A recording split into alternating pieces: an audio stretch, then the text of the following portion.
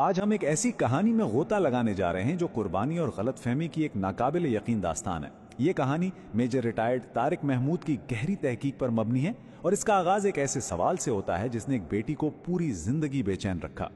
ये अल्फाज है मारिया रोसो के, जो उन्होंने 1995 में कहे। ये सिर्फ अल्फाज नहीं, ये वो एक याद है जिसने उनकी पूरी जिंदगी पर अपना साया रखा। जरा तसव्वुर कीजिए, एक डूबता हुआ जहाज, एक खौफजदा बच्ची और एक बाप का ऐसा फैसला जिसे समझना तकरीबन नामुमकिन था। तो सवाल यही उठता है, कोई बाप भला ऐसा क्यों करेगा? यही वो सवाल था जिसने मारिया को कई दहाइयों तक सोने नहीं दिया। चलिए आज हम मिलकर इसी सवाल के जवाब तक पहुंचने की कोशिश करते हैं और इस कहानी की गहराई में उतरकर सच्चाई को जानते हैं। देखिए, सालों तक बल्कि दहाइयों तक मारिया के लिए इस रात का मतलब सिर्फ एक था, धोखा। एक 5 साल की बच्ची की आंखों से देखें तो ये एक बाप की तरफ से छोड़ दिए जाने का लम्हा था, एक खुली बेवफाई थी। आइए देखते हैं कि यह तासुर आखिर बना कैसे। चलिए थोड़ा वक्त में पीछे चलते हैं। साल है 1917। सामने एक मुसाफिर जहाज है जो इटली से न्यूयॉर्क जा रहा है और ये जहाज उम्मीदों से भरा हुआ है। इसमें वो तारकीन वतन सवार हैं जो एक बेहतर जिंदगी के ख्वाब आंखों में सजाए निकले हैं। इन्हीं में से एक है 28 साला बड़ई एंटोनियो रोसो और उसकी 5 साला बेटी मारिया। तो एंटोनियो वो चाहता क्या था? उसका ख्वाब बहुत सीधा साधा था, लेकिन दिल की गहराइयों से निकला हुआ।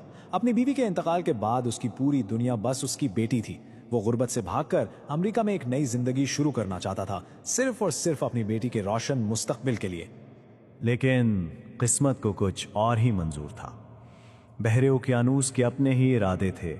वो उम्मीदों भरा सफर बस एक ही रात में एक दहशतनाक ख्वाब बनने वाला था।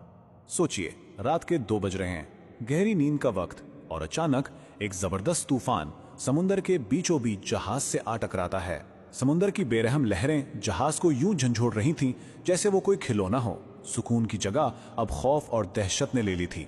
और फिर जो खौफनाक मंजर शुरू हुआ, पानी तेजी से जहाज के निचले हिस्सों में घुसने लगा, जहां तीसरे दर्जे के मुसाफिर थे जो अब एक तरह से फंस चुके थे। हर तरफ चीखों पुकार और ऐसी भगदड़ मची कि लोग अपनी जान बचाने के लिए कुछ भी करने को तैयार थे। इसी अफरा तफरी में एंटोनियो ने फौरन मारिया को अपनी बाहों में उठा लिया, लेकिन अब तक पानी कमर तक आ चुका था।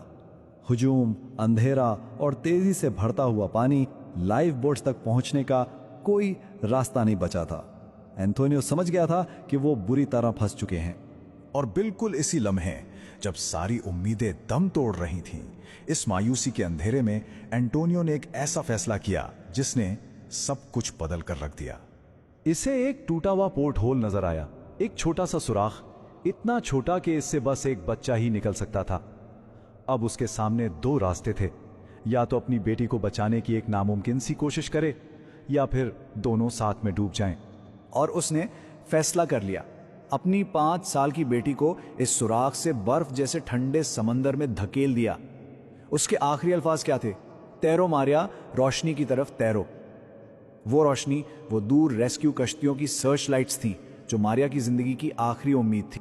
इसके ठीक सिर्फ 7 मिनट बाद वो जहाज हमेशा के लिए समंदर के तह में चला गया और एंटोनियो रूसो, वो भी इन 117 बदकिस्मत मुसाफिरों में से एक था जो उस जहाज के साथ ही डूब गए।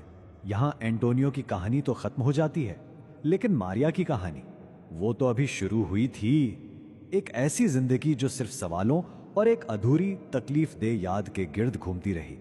45 मिनट इस ठंडे पानी में जिंदा रहने के बाद मारिया को बचा तो लिया गया, लेकिन जब वो अमेरिका पहुंची तो वो बिल्कुल अकेली थी।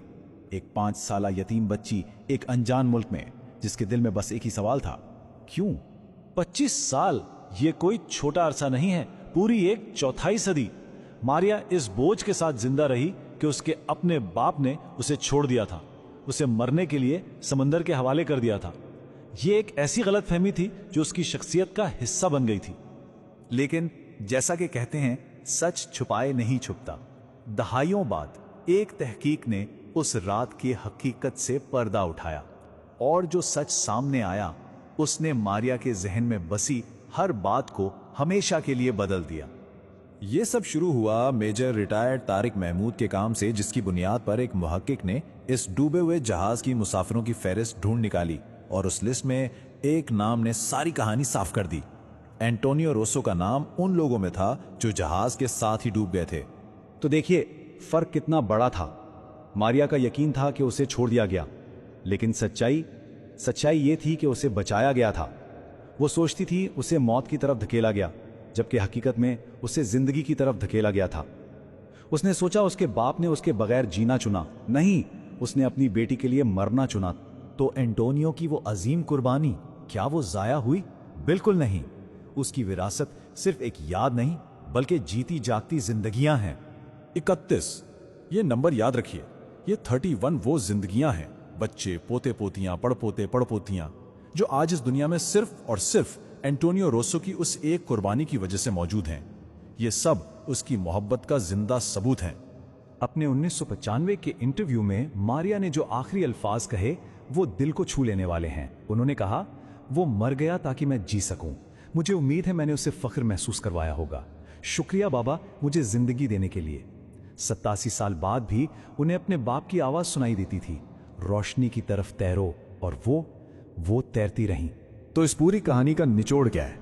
शायद ये कि कभी कभी हमें बचाने के लिए हमें अंधेरे में धकेल दिया जाता है ताकि हम रोशनी तक पहुंच सकें।